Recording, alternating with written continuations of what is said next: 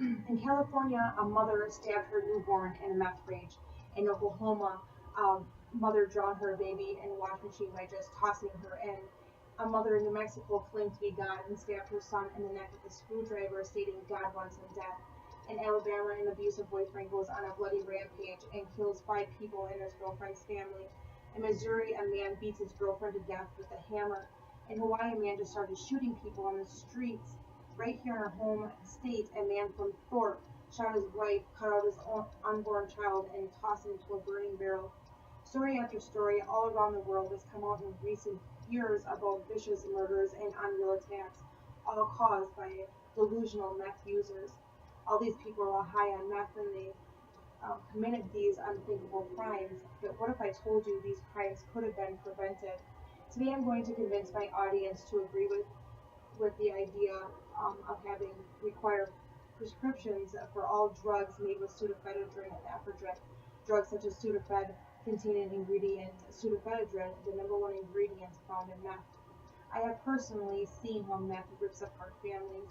I have seen the violent outburst that so many meth users experience because I too was a meth addict. I saw myself becoming a completely different person. I felt I needed meth to get out of bed and ultimately to be happy. A tragedy had to happen to open my eyes and see how horrible meth actually is. My dealer was the one who killed his wife and cut out his unborn child. You may not realize how much meth is affecting the community around you and how much meth is affecting you right now. So let's look at the bigger picture of the problem and then look at a possible solution. I asked my audience, what are all the reasons people would buy Sudafed? All my audience agreed that Sudafed was meant for the relief of cold and flu symptoms, but they also agreed that it was an ingredient found in meth. It looks to me that most everyone knows that drugs such as Sudafed are found in meth, so let's look at how these meth addicts are getting this behind the counter drug to manufacture it. Manufacturer of meth are getting around this law that was passed in 2005, requiring all pharmacies to move all drugs containing pseudoephedrine behind the counter. Retailers without pharmacies had to stop selling them altogether. Despite this act, people are continuing to find ways to obtain the ingredients to make meth. Manufacturers um, um, manufacturers of meth get a bunch of people to purchase their monthly limit and return it to them. And they are also going from one pharmacy directly to the next until they have enough ingredients to make meth. This technique is known as smurfing.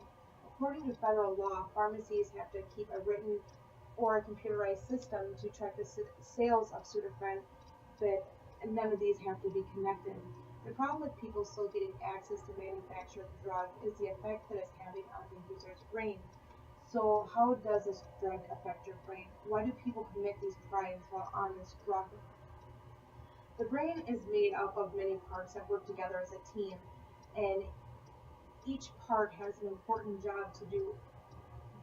The parts of the brain that are being affected by meth are the brain stem, which is in charge of all the functions that our body needs to stay alive, such as breathing, blood circulation, and muscle movement.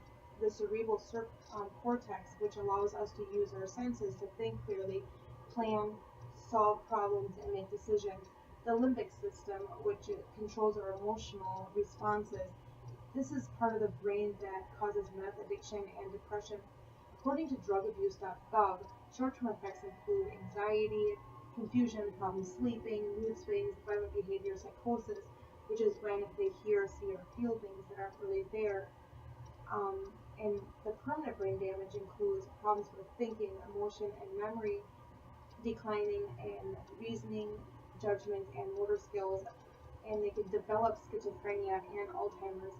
But meth doesn't just affect a person who is using the drug. According to WhiteHouse.gov, the production and use of meth is a serious threat to the health of the safety of our environment. America alone has 1.4 million users, and cops nationwide rank meth as the number one drug they battle today. You might not be using meth or know anyone who is, but that doesn't mean that it's having an effect on you right now. A meth lab can um, go undetected in the neighborhood for years, causing serious health hazards to everyone living around it. According to healthvermont.gov, meth production results in hazardous waste. Toxins are being dumped into our water source. Poisonous vapors are being released into our air. Crimes also go up in communities due to meth. Meth addicts will do just about anything to get their fix, include breaking into our homes and stealing anything of value. When a person is high on meth, there is just no telling what a person would do if provoked, including murder. Hundreds of children are affected by meth addicted parents, and even children living in the neighborhood are at great risk of getting brain damage. Um, Meth labs are considered extremely dangerous, and they can catch on fire and explode, hurting innocent people and children every day. Also, children who live with addictive parents suffer.